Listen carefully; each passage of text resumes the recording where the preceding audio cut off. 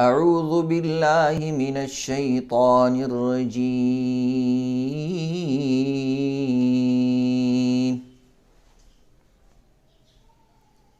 د قرآن پاک د تفسیر حواله سره نن د اعوذ بالله تفسیر تاسو ته بیانېږي.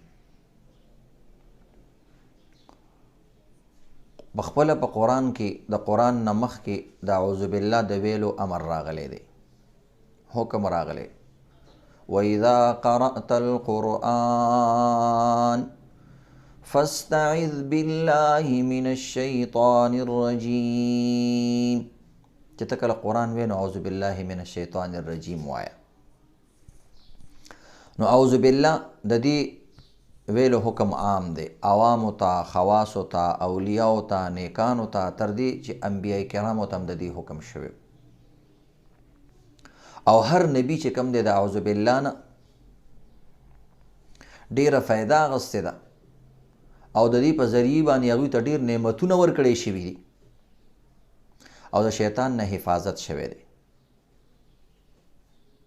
د اعوذ بالله څه برکات دي نن او د دې څه تفسیر دی دا درته بیانېږي. مختلفو پیغمبرانو اعوذ بالله ویلې د خپلو طریقو سره او هغې ته د هغې څه فایدې شوي دي دا درته مختصر بیانو. نوح علیه السلام اعوذ بالله ویلې وه او استعاذه یې کړې وه. قرآن پاک سوره هود کې دا بیان کړی، رب انی اعوذ بک ان اسألک ما لیس لی به علم. خدای پاکه زه پناه غواړم تا سره چې زه داسې سوال وکړم چې ما ته د هغې علم نه. نو چې کله نوح علیه السلام اعوذ بالله وویله، الله رب العزت د دوو نعمتونه ورله ورکړه او دوه برکتونه یې وله ورکړه. الله ورته ویل قیل یا نوح اهبط بسلام منا وبرکات علیک. دوه نعمتونه یې وله ورکړه الله رب العزت.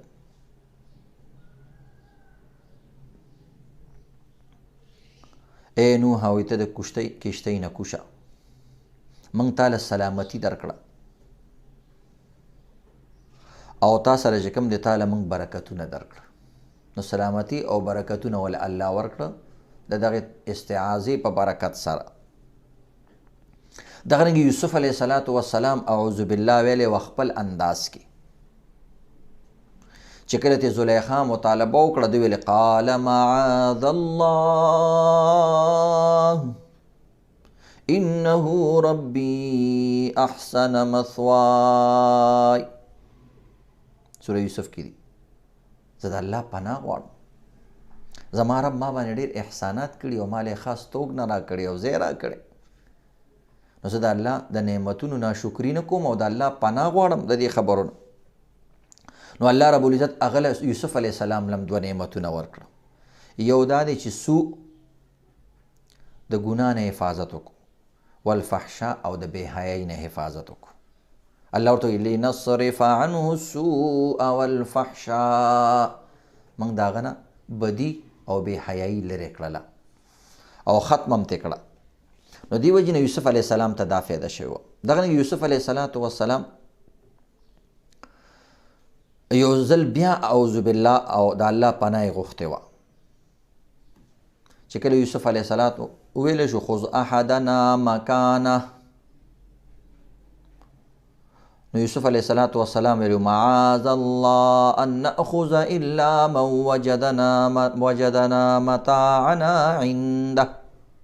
چې کله غرونو سره هغه جامې وله په غلو کې کېغوستو نو هغوی ویل زموږ په ځای باندې بل یو ورور ونیسه، د بنیامین مه نیسه. ویل نه د الله پناه غواړم چې چا سره لوښی راوتې وي اکه کس به نیسو، دا قانون دی. نو معاذ الله یې وویله. نو معاذ الله اعوذ بالله سره مشابهت لري او دا د اعوذ بالله اسانه معنا ده او مفهوم یې دی. نو یوسف علیه السلام چې کله دا معاذ الله لفظ وویلو الله رب العزت چې کوم دی د یوسف علیه السلام اکرام وکړو. ورفع ابویه علی العرش وخروا له سجدا.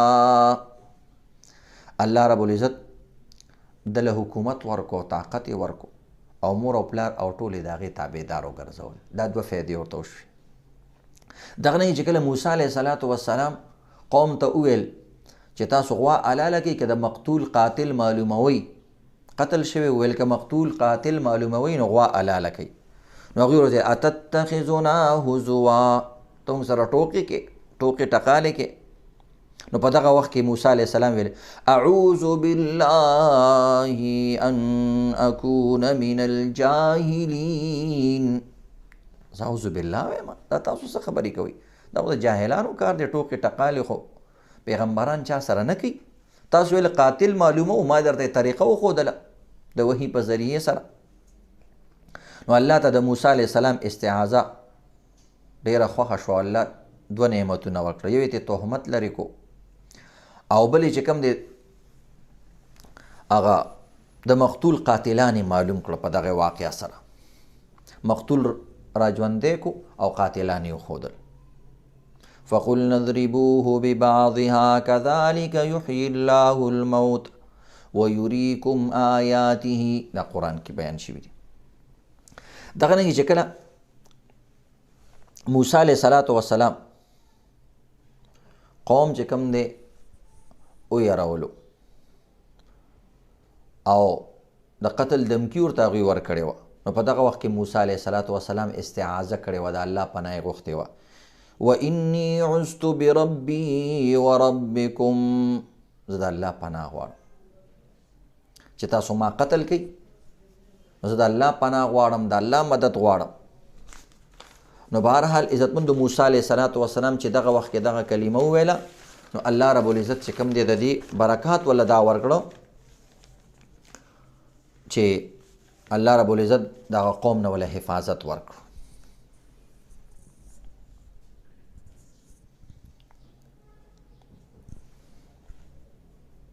دغه رنګې او دغه دشمن یې هلاک کړو. دغه رنګې د مریم علیه السلام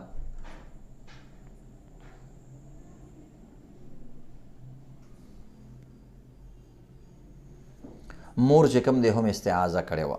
وإني أعيذها بك وذريتها من الشيطان الرجيم. وایي زه پناه غواړم ستا دپاره او ستا د اولاد دپاره د شیطان نه. نو الله رب العزت چې کوم دی د هغې هغه دعا قبوله کړه. فتقبلها ربها بقبول حسن وانبتها نباتا حسنا. الله رب العزت د هغې هغه استعاذه قبوله کړه او دغه رنګې چې کوم دی مریم علیه السلام له او د هغې اولاد له الله رب العزت د شیطان نه حفاظت ورکو. دغه رنګې مریم علیه السلام هم د شیطان نه پناه غوښتلې وه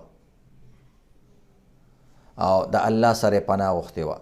انی اعوذ بالرحمن منک ان كنت تقیا. مریم علیه السلام له چې کله جبریل علیه السلام راښکاره شو، ویل زه پناه غواړم، دا ته څوک یې او ولې داسې مخې له راځي؟ هغې ویل که دا چېرته انسان دی، څوک سړی دی، نو پناه یې غوښته. نو الله رب العزت دوه نعمتونه وله ورکړه. یو دا دی چې عیسی علیه السلام غوندې ښکلی پیغمبر یې د هغه زوی وګرځو، او دویم دا دی د یو وړوکي ماشوم د عیسی علیه السلام د وجې نه الله د دې نه تهمت لرې کو او هغې د مریم ګواهي ورکړه. نو دا استعاذه دومره برکتي څیز دی. بل د اعوذ بالله د تاکید او د اهتمام د دې خبرې نه اندازه کیږي چې قرآن پاک کې نبی علیه السلام ته بار بار د دې حکم شوی دی چې ته اعوذ اعوذ اعوذ دا وایه، پناه غواړه پناه غواړه پناه غواړه. نو ګوره سردار دو جهان ته د اعوذ بالله تلقین شوی دی، تاکید شوی دی. نو د دې نه د دې اهتمام معلومیږي او فضیلت یې معلومیږي چې دا ډیره برکتي کلمه ده او ډیره مفید کلمه ده. قرآن پاک کې راځي نبی اسلام تعالی وقل ربي اعوذ بک من همزات الشیاطین، یا زما خوږه پیغمبره د شیطان د مکایدو نه او د تدبیرونو د چلونو نه پناه غواړه الله څخه. واعوذ بک ربي ان يحضرون، دغه مختلف آیاتونو کې دا راغلي. قل اعوذ برب الفلق، قل اعوذ برب الناس، وایا پناه غواړه د دې سيزونو نه پناه غواړه. او دغه واما ينزغنك من الشيطان نزغ فاستعذ بالله انه سميع عليم، سوره اعراف کې چې شیطان څخه خبره درته په زړه کې راولي نو اعوذ بالله وایا. الله خپل خوږ پیغمبر ته وایي. نو د اعوذ بالله ډیر زیات اهتمام کول پکار دي، او دا یو ورد د خپل او یو وظیفه ګرځول دي د خپل ژوند. چې کله هم داسې وسوسه یا څه خبره انسان له راځي اعوذ بالله من الشیطان الرجیم ویل پکار دي. ځکه ما تاسو د لویو لویو پیغمبرانو هغه تاریخ بیان کو د قرآن په حوالې سره چې هغوی اعوذ بالله ویلې د خپل انداز کې، او هغې فایدې مې درته بیان کړي. ټولو پیغمبرانو ته الله د هغې فواید ورکړي. معاذ بن جبل رضی الله تعالی عنه فرمای چې یو ځل 2 کسان په جنګ وو او ډېره سخته جګړه وه. نبی علیه الصلاة والسلام هم هلته نږدې موجود. نو نبی علیه الصلاة والسلام وویل انی لاعلم کلمة لو قالها لذهب عنهما ذلك. وی ما ته یو کلمه یاده ده، که دې دوانو دا کلمه ویلې وې نو شیطان به د دوی نه تښتېدلی وی او د دوی به جنګ نه وی راغلی. او هغه څه ده؟ اعوذ بالله من الشیطان الرجیم. جګړه به په دې ختمي. نو چې کله انسان له جنګ جګړه مخې ته راشي یا داسې بل څه خبره راشي نو بیا دله چې کوم دی اعوذ بالله ویل پکار دي چې شیطان وتښتي. دغه رنګې د ډېر زیات برکات دي. معقل ابن یسار رضی الله تعالی عنه د نبی علیه السلام نه روایت کړی دی، او هغه وایي چې کوم انسان د سحر 3 ځلې اعوذ بالله من الشیطان الرجیم ووایي او درنګه 3 آیاتونه د سوره حشر اخیری وایي، وکل الله به 70,000 ملک یصلون علیه حتی یمسی.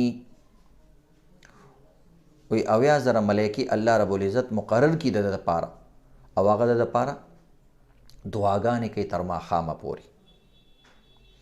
او فإن مات فی ذلک اليوم مات شهید، که چېرته په دغه ورځ کې مړ شو نو شهید مړ شو. او دغه رنګې که د شپې د طرف نه دا کلمات وایي دغه طرې نو همدغه درجه ورته حاصلیږي. او دغه رنګې حضرت انس رضی الله تعالی عنه روایت دی، نبی علیه السلام فرمایي چې کوم انسان د ورځې 10 ځله اعوذ بالله وی وکل الله به ملکا، الله رب العزت یو ملائکه د دپاره مقرر کی چې هغه د شیطان نه د حفاظت کوي. نو د شیطان د حفاظت دپاره دا نبوي وظیفه ده او قرآني وظیفه ده چې اعوذ بالله ویل پکار دي. او دغه رنګې یو روایت کې راځي نبی علیه الصلاة والسلام فرمایي خوله بنت حکیم رضی الله تعالی عنها هغه روایت کوي د نبی علیه السلام نه چې من نزل منزلا فقال اعوذ بکلمات الله التامات من شر ما خلق لم يضره شيء حتى يرتحل من ذلك المنزل. چې کوم انسان یو علاقې ته لاړ شي، یو کور ته یو ځای ته لاړ شي او هغه اعوذ بالله وی اعوذ بکلمات الله التامات، مختلف الفاظ که چاله نه ورځي عام ساده اعوذ بالله هم ویلی شي، نو وی هغه ځای کې او هغه علاقه کې او هغه اداره کې به تر هغه وخته پورې دته نقصان نه میلاویږي تر څو چې هغه ځای نه تللی نه وي، یعنې تر څو چې هلته موجود وي څه تکلیف سره به نه مخامخ کیږي. نو اعوذ بالله یو زبردسته وظیفه هم ده.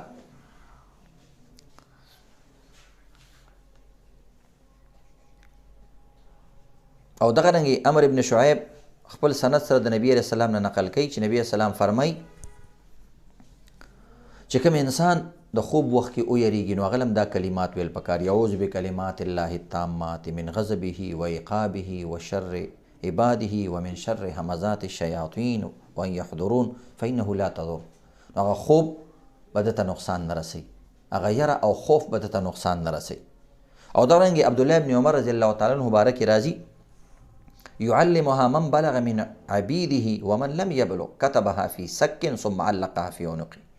چې عبدالله ابن عمر به خپل بالغو بچو ته او د کور خلکو ته چې کوم دی اعوذ بالله زده کول او دا کلمات به ورته زده کول، او چې کوم بالغ نو هغې له به ولیکله او په غاړه کې به وله واچوله چې الله د دوی حفاظت کوي.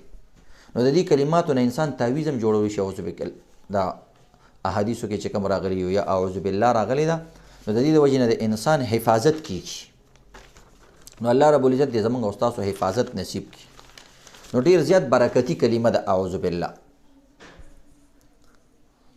دغه رنګې عبدالله ابن عباس رضی الله تعالی عنہ فرمای د نبی علیہ السلام نه روایت کوي او دغه عمل ذکر کوي انه کان يعوذ الحسن والحسین رضی الله تعالی عنهما